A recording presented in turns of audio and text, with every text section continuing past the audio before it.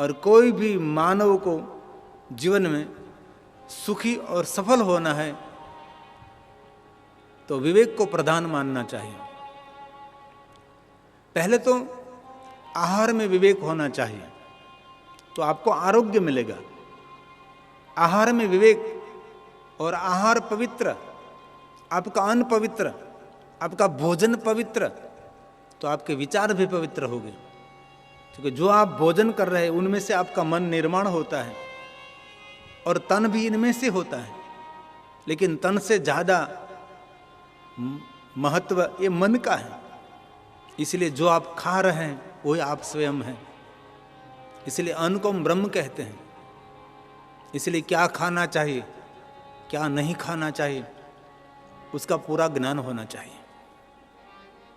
इसलिए आहार का विवेक। दूसरा, विचारों का विवेक।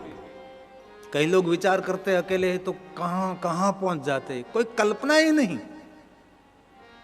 विचारों में विवेक भी होना चाहिए और विचारों में संयम भी होना चाहिए।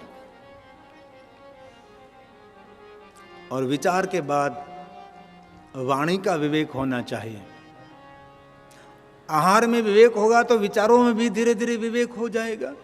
विचारों में विवेक होगा तो वाणी में भी विवेक होगा।